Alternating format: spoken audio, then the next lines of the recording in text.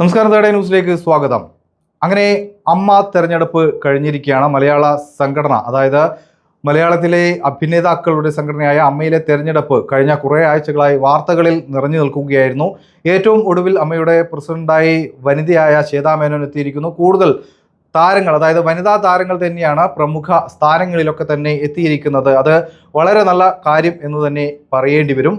അപ്പോഴും എടുത്തു പറയേണ്ട ചില വസ്തുതകളുണ്ട്. അതായത് 507 അംഗങ്ങളാണ് അമ്മയിലുള്ളത്. ഇതിൽ 298 പേരാണ് വോട്ട് ചെയ്യാൻ എത്തിയത്. ബാക്കി പ്രധാനപ്പെട്ട നമ്മൾ ആരാധിക്കുന്ന താരങ്ങളിൽ ചിലർ വരാത്തത് അത് എന്തുകൊണ്ടാണ് എന്നറിയില്ല. പക്ഷേ അവർ വരാത്തത് ഇപ്പോൾ വിമർശനങ്ങൾക്ക് വിധേയമായിട്ടുണ്ട്.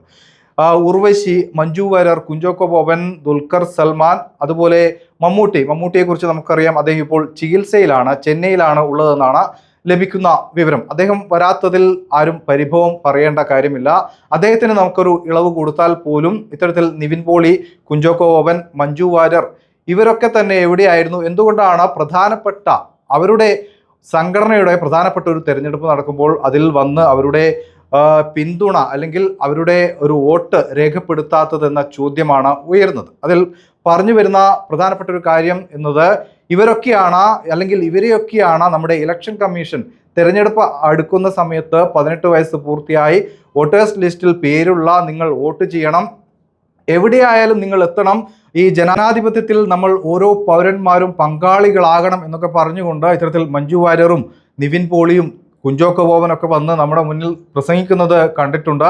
പത്രങ്ങളിൽ ഇവരുടെയൊക്കെ ചിത്രം വെച്ചുകൊണ്ട് ഇലക്ഷൻ കമ്മീഷൻ ഇത്തരത്തിൽ പ്രചരണങ്ങളും സംഘടിപ്പിക്കാറുണ്ട്. ഇത് പണം നൽകിയാണോ സംഘടിപ്പിക്കുന്നത് അല്ലെങ്കിൽ സൗജന്യമായിട്ടാണോ എന്ന് അറിയില്ല. എങ്കിലും അത്തരത്തിൽ പ്രചരണത്തിന് മുന്നിട്ടിറങ്ങുന്ന ആളുകളാണ് തങ്ങളുടെ സ്വന്തം സംഘടന, മാതൃസംഘടനയുടെ ഒരു തെരഞ്ഞെടുപ്പ്, അതും വളരെ ഏറെ മാധ്യമങ്ങൾ റിപ്പോർട്ട് ചെയ്ത അല്ലെങ്കിൽ തുടരെ വിവാദങ്ങൾ ഉയർന്ന ആര് വരും, ദേവൻ വരുമോ അല്ലെങ്കിൽ ശ്വേതാ മേനോൻ വരുമോ, അതേ തുടർന്ന് നിരവധി വിവാദങ്ങൾ, ചിലർ പത്രിക സമർപ്പിച്ചതിന് ശേഷം പിൻവലിക്കുന്നു.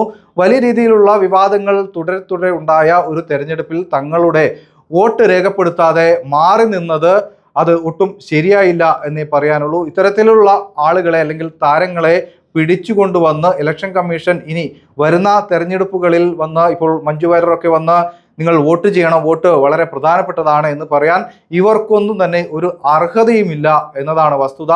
അത് ഇനിയെങ്കിലും നമ്മുടെ തെരഞ്ഞെടുപ്പ് കമ്മീഷനൊക്കെ മനസ്സിലാക്കിയാൽ നന്നാവും.